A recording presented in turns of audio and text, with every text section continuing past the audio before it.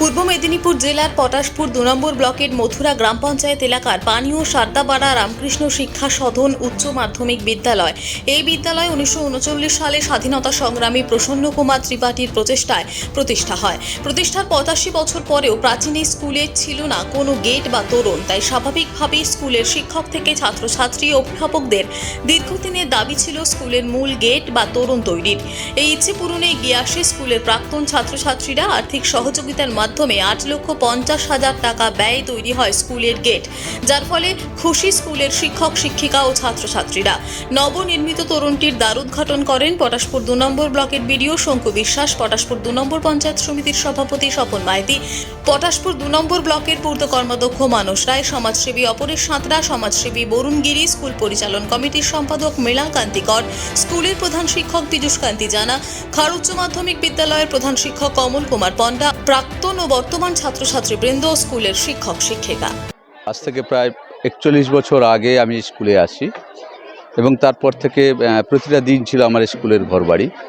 এখনও আমরা স্কুলের স্বপ্ন দেখি এবং এই স্কুল আমাদের মতো সমস্ত প্রাক্তন ছাত্রর মনে আলাদা একটা জায়গা করে নিয়েছে।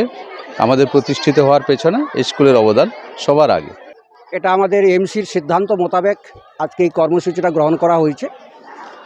২০২৩ সালে আমরা এই বিদ্যালয়ের একটা নবনির্মিত গেট তার ভিত্তিপ্রস্তর স্থাপন করা হয়েছিল। সেই গেটটি বা মূল তোরণটির আজকে শুভ উদ্বোধন ছিল।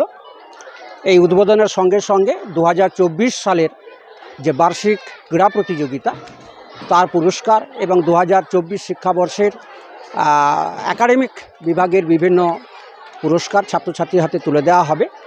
সেই সঙ্গে সরস্বতী পূজা উপলক্ষে প্রতি বছর যেভাবে ছাত্রছাত্রীদের একটা প্রীতিভোজ হয়, সেই প্রীতিভোজেরও আয়োজন করা হয়েছে। ১৯৩৯ সালে আমাদের স্কুলটি প্রতিষ্ঠিত হয়েছিল।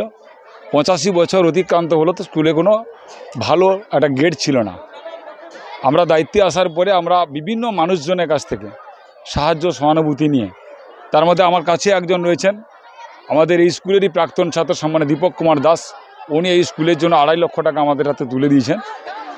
এক কথায় ৪৮ জন থেকে ৫০ জন মানুষজন আমাদের হাতে তাদের অর্থ তুলে দেওয়ার পর আমরা এই ধরনের একটি সুদৃশ্যমান তোরণ নির্মাণ করতে পেরেছি। সেই তোরণকে সামনে রেখে আজকে এই তোরণের শুভ দ্বারোদ্ঘাটন অনুষ্ঠানটা ছিল। সেই জন্যই আমাদের আজকে এই ধরনের অনুষ্ঠান এবং সেই সঙ্গে আমাদের বার্ষিক ক্রীড়া প্রতিযোগিতার পুরস্কার বিতরণ সভা এবং সাংস্কৃতিক অনুষ্ঠান একসঙ্গে আমরা আজকে করছি। এবং সেই সঙ্গে আমাদের আজকে আছে প্রাক্তনীদের বেশ কিছু মানুষজনকে নিয়ে এবং সমস্ত ছাত্রদেরকে নিয়ে আজকে গ্র্যান্ড ফিস্টেরও ব্যবস্থা ছিল।